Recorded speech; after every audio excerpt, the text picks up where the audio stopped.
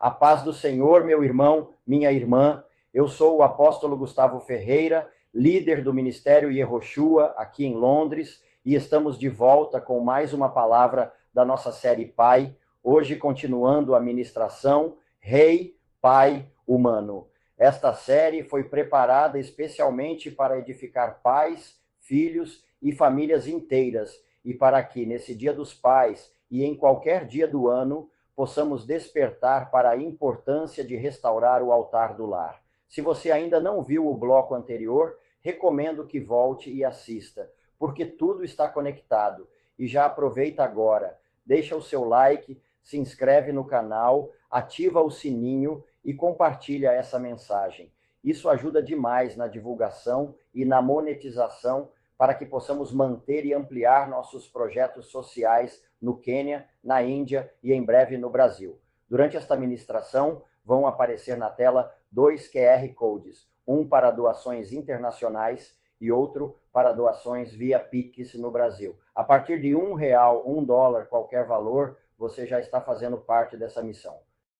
Então, continuando, quando olhamos para a história de Davi e a sua casa, percebemos que não existe roteiro de novela mais intenso do que aquele registrado na Bíblia.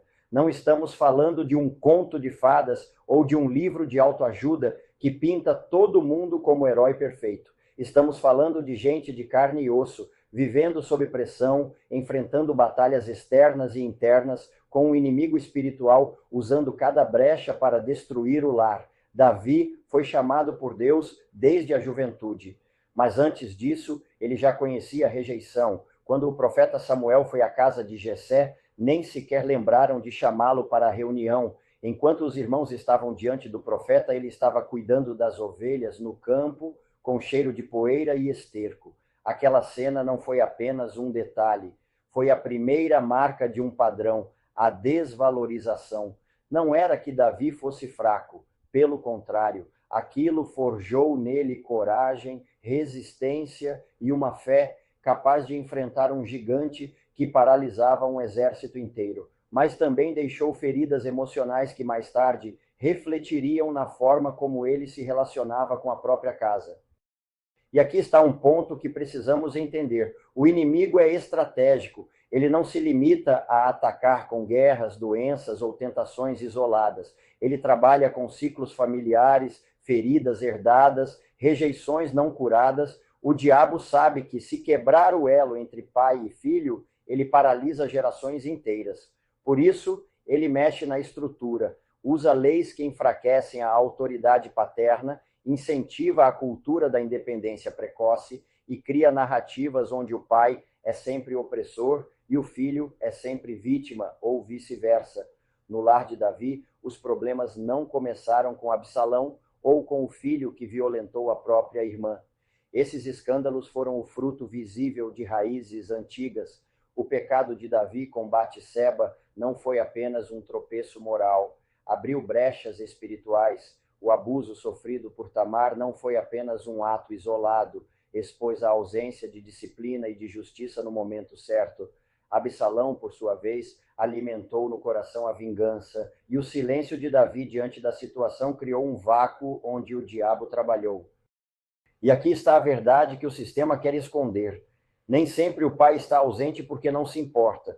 Muitas vezes ele está sufocado, tentando equilibrar trabalho, contas, crises pessoais e um mundo que o empurra para longe do lar. A omissão pode não ser fruto de desinteresse, mas de exaustão, e o inimigo sabe disso. Ele usa a fadiga emocional, as pressões externas e as distrações para minar a autoridade. Enquanto isso, a cultura moderna coloca no ouvido dos filhos: se ele te corrige, é abuso; se ele impõe limite, é opressor; se ele te chama à responsabilidade, está te podando.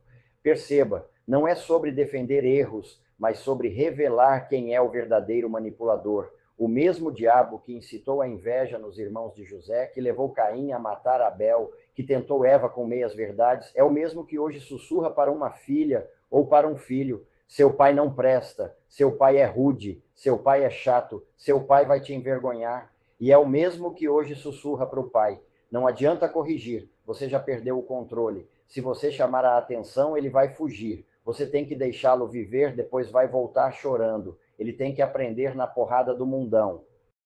E o que acontece? Pais e filhos começam a viver como estranhos na mesma casa. Conversas viram discussões, abraços viram lembranças distantes. A tecnologia que poderia unir se torna um muro. Os amigos de fora ganham mais confiança do que os pais dentro de casa.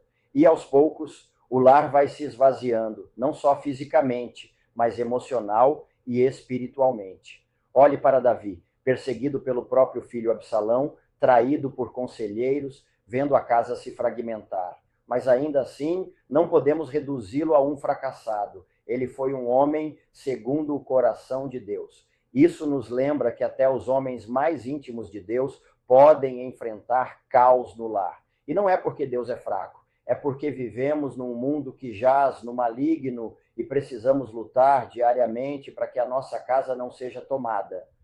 Hoje, a guerra não é apenas com espadas ou lanças, é com ideologias infiltradas nas escolas, com algoritmos que moldam a mente dos nossos filhos, com leis que afastam os pais da decisão sobre a educação, com vícios digitais que roubam horas de conversa e convivência. É com a falsa ideia de que liberdade é ausência de limite e que autoridade é opressão.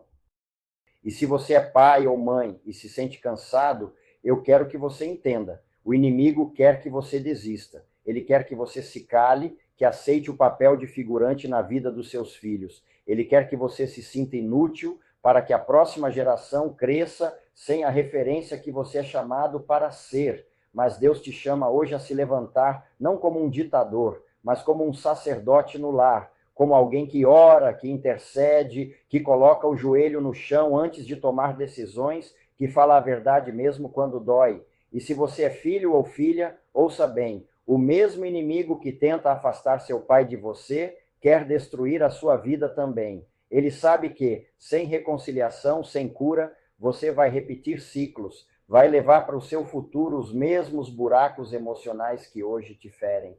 Por isso, não aceite as mentiras que te incentivam a cortar laços, a desprezar conselhos, a ignorar experiências. O lar de Davi não foi perfeito, o seu talvez também não seja, mas existe um Deus que restaura, um Deus que quebra maldições, que interrompe padrões destrutivos, que dá sabedoria para enfrentar conflitos e graça para perdoar, e a estratégia de Deus não mudou, ele começa no altar. Se o altar da sua casa estiver restaurado, a glória de Deus volta. Se o altar estiver vivo, o amor vence, a verdade prevalece e o diabo perde espaço. Então, neste momento, faça uma escolha. Não lute contra a sua família, lute contra o verdadeiro inimigo. Ore, jejue, fale a verdade com amor, peça perdão quando errar, perdoe quando for ferido, porque a vitória não é do mais forte no braço, mas do mais firme no espírito. Se essa palavra falou com você, lembre-se, o Ministério Yehoshua mantém escolas e orfanatos na Índia e no Quênia. Nós precisamos de você para continuar levando alimento, ensino e a palavra para crianças que não têm ninguém.